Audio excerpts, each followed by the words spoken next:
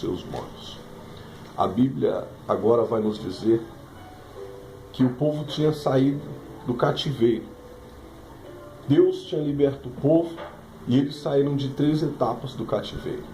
E quando eles retornaram, tiveram a oportunidade de pisar novamente na sua pátria. A Bíblia diz que eles estavam como aqueles que sonham, ou seja, estavam com os corações cheios de esperança, cheios de alegria, o coração palpitante, com brilho no olhar, por novamente estar pisando na sua pátria. Por ver que Deus tinha mantido a sua fidelidade, independente da ignorância deles, independente das falhas em que eles tiveram para com Deus, Deus ali concedeu mais uma oportunidade para que eles estivessem novamente na sua pátria. Agora, chega a segunda remessa. Aqueles que demoraram um pouco mais no cativeiro, aqueles que demoraram ainda alguns dias, algum tempo ali, a Bíblia agora vai dizer que eles chegaram não tão felizes como aqueles outros, porque o tempo do cativeiro criou neles algumas marcas, algum tipo de trauma, e eles foram então impactados por aquela situação. E quando eles pisaram na pátria, eles não tiveram o mesmo sentimento que aqueles primeiros, eles não tiveram a mesma alegria, eles não tiveram a mesma oportunidade de se alegrar por estar ali novamente, porque o cativeiro fez com que eles ficassem cativos não só no corpo, mas aprisionou também a alma, também os sentimentos deles ficaram mirrados, ficaram minguados por aquela situação. E agora, a Bíblia diz que quando aqueles primeiros chegaram, até mesmo aqueles que olhavam de longe, aqueles inimigos distantes olhavam para eles e diziam: olha, grandes coisas fez o Senhor a estes. E eles mesmos levantavam a mão e podiam bradar dizendo: verdadeiramente grandes coisas fez o Senhor por nós. Porque era notório aquilo que Deus vinha fazendo. E na vida daqueles que chegaram tristes, e na vida daqueles que não tiveram a mesma oportunidade, que não chegaram também com a mesma alegria.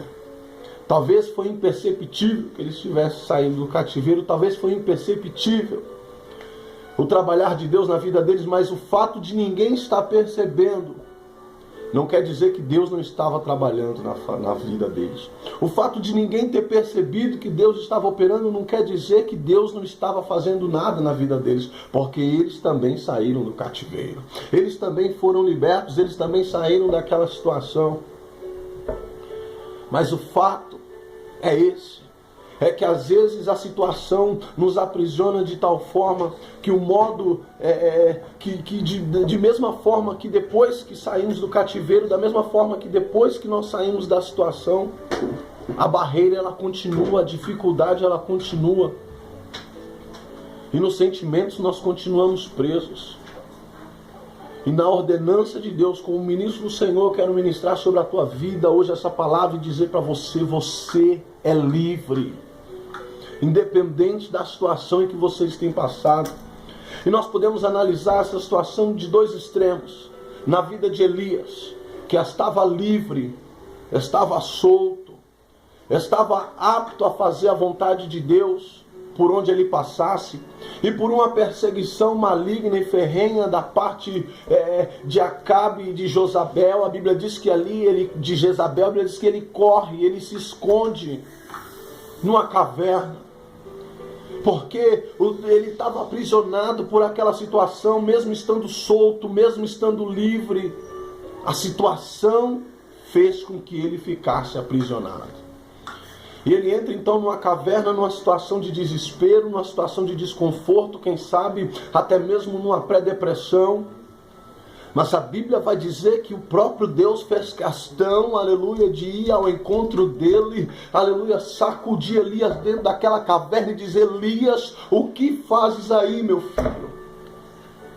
Porque caverna não é lugar de profeta. Caverna não é lugar de escondido de Deus, de escolhido de Deus. Caverna não é lugar daquele que Deus ungiu. Caverna não é lugar daquele que tem promessa. E a Bíblia vai dizer que o Senhor alimentou então Elias para que ele caminhasse ainda, aleluia, algum tempo, para que ele prosseguisse, para que ele fizesse aquilo que Deus tinha ordenado a ele, porque ele ainda tinha que ungir a reis, ele ainda tinha que ajudar a sua nação a se estabelecer. Mas por aquela situação em que ele passou, ele ficou aprisionado um tempo. Mas a glória de Deus descera sobre a vida dele. A Bíblia diz que Deus então agora levanta o ministério de Elias. Ele volta para dentro da cidade a fazer aquilo que Deus tinha ordenado. Agora nós vamos ver o outro extremo. Nós vamos ver agora Paulo e Silas presos, verdadeiramente aprisionados, cativos. Tinham apanhado a tarde toda. Tinham sido envergonhados diante de toda uma sociedade. Tinham sido humilhados diante de todo o povo, com as suas costas marcadas por açoites, os braços machucados, as pernas machucadas, os dois amarrados um ao outro, numa prisão. Tinham todos os motivos para murmurar contra Deus, e agora nós vamos ver que Paulo e Silas começaram a adorar o nome do Senhor. Um olha para o outro e diz: olha, verdadeiramente nosso espírito, a nossa carne está presa, o nosso corpo está amarrado, mas a nossa boca está livre, o nosso espírito está livre, Paulo, nós podemos adorar, nós podemos glorificar o Senhor. E a Bíblia diz que foi isso que eles fizeram. Eles começaram a adorar a Deus independente daquela situação, eles começaram a glorificar o nome do Senhor. Um cantava e o outro orava e vice-versa. E a Bíblia diz que não teve outra resposta a não ser Deus bradar do alto céu, abalar os cárceres daquela cadeia, abalar os cárceres, aleluia, ali, aleluia, daquela prisão, e eles serem libertos. Porque Deus olhou lá de cima e disse: verdadeiramente eles são livres. Independente da situação em que eles passaram, independente da situação em que eles estão vivendo, eles são livres. E se nós continuarmos lendo aqui os versículos que nós lemos do Salmo 126, o verso de número 5, vai dizer que os que semeiam em lágrimas chegarão com alegria. Aquele que leva a preciosa semente andando e chorando voltará sem dúvida com alegria consigo, trazendo seus molhos. Quem sabe quando eles foram levados cativos?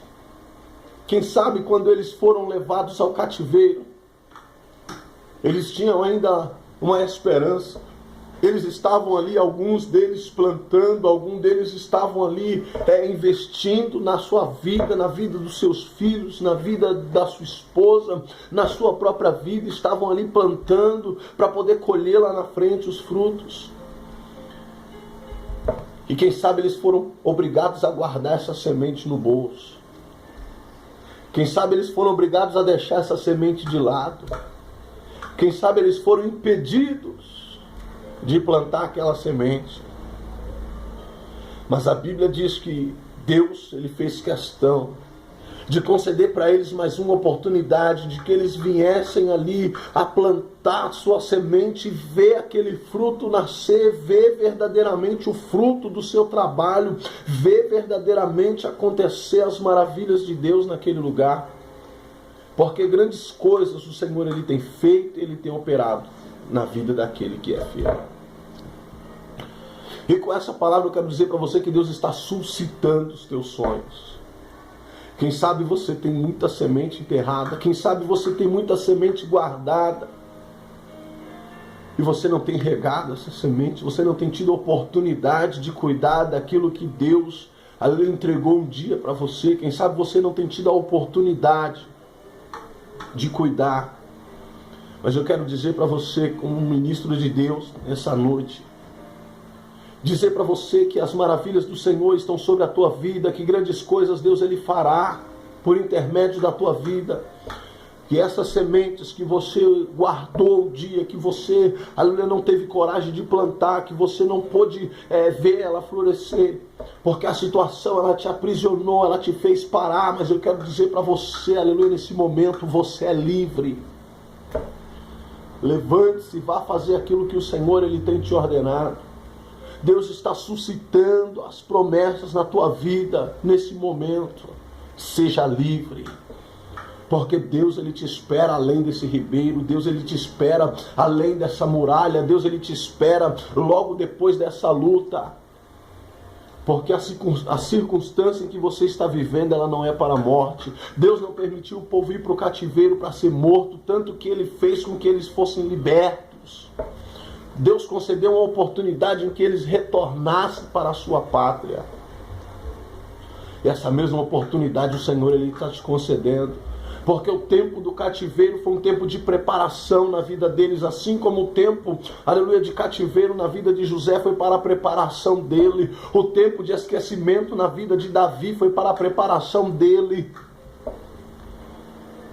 Esse tempo de tribulação na tua vida, esse tempo de dificuldade que você está passando é para uma preparação maior de Deus na sua vida. Toma posse dessa palavra, entenda que o processo que você está passando não é para a morte, mas é para a vida, porque grandes coisas Deus, Ele tem a operar através da sua vida. Seja livre, não deixe que a situação ela te aprisione, não deixe que os momentos de dificuldade que você tem vivido venham fazer com que a sua semente venha minguar. Antes você venha cuidar, antes venha fazer ela frutificar, ela florescer, porque grandes coisas o Senhor, Ele fará por intermédio da sua vida. Seja livre, seja firme, seja forte, porque o Senhor está do teu lado para te ajudar. Amém? Que Deus os abençoe em Cristo Jesus.